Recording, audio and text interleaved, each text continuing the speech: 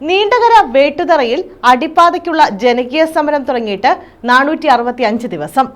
സമരത്തിൽ ഐക്യദാർഢ്യവുമായി നിരവധി പേരാണ് എത്തുന്നത്. തെക്കുംഭാഗം ശാസ്താംകോട്ട നീണ്ടകര പഞ്ചായത്തുകളിലേക്കുള്ള പ്രധാന റോഡ് കടന്നുപോകുന്ന വേട്ടുതറയിൽ അടിപ്പാത വേണമെന്നുള്ളത് പ്രദേശവാസികളുടെ പ്രധാന ആവശ്യമാണ്. നീണ്ടകര വേട്ടുതറയിൽ അടിപ്പാത നിർമ്മിക്കണമെന്ന ആവശ്യവുമായുള്ള ജനകീയ സമരം 465 ദിവസം പിന്നിടുകയാണ്. ജനകീയ സമരത്തിന് ദിവസവും പിന്തുണ ഏറി വരികയാണ്. രാഷ്ട്രീയ പ്രവർത്തകരും സാമൂഹ്യ പ്രവർത്തകരും മതസ്ഥാപന മേധാവികളും നാട്ടുകാരും തൊഴിലാളികളും വേട്ടുതറയിലെ സമരപ്പന്തലിലെത്തുന്നുണ്ട്. ഒരു വർഷത്തിലേറെയായി തുടരുന്ന പ്രക്ഷോഭം കൂടുതൽ ശക്തമാക്കാനാണ് സംയുക്ത സമരസമിതിയുടെ തീരുമാനം.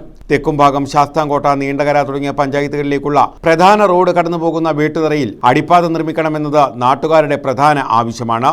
തെക്കുംഭാഗം നീണ്ടകര നിവാസികൾ നേരത്തെ ജനകീയ പ്രക്ഷോഭം നടത്തിയെങ്കിലും ഫലം കണ്ടിരുന്നില്ല.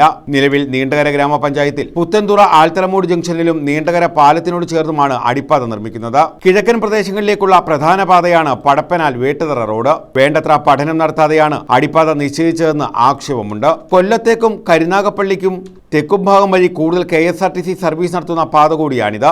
അഷ്ടമുടി കായൽ ചുറ്റപ്പെട്ട് കിടക്കുന്ന തെക്കുംഭാഗം ഗ്രാമത്തിലേക്കുള്ള ഏക പാതയുമാണ്. സമരത്തിന് പിന്തുണയുമായി തെക്കുംഭാഗം സെന്റ് ജോസഫ് ഇടവക വികാരി ഫാദർ ജോർജ് സെബാസ്റ്റ്യനും എത്തി. ഇവിടെ ഒരു അടിപ്പാത ഏറ്റവും അത്യാവശ്യമാണ്. ഇത് ഞങ്ങളെ ഒരു സങ്കല്പമോ സ്വപ്നമോ കാര്യമല്ല, മറിച്ച് ഇതൊരു ആവശ്യമാണ്.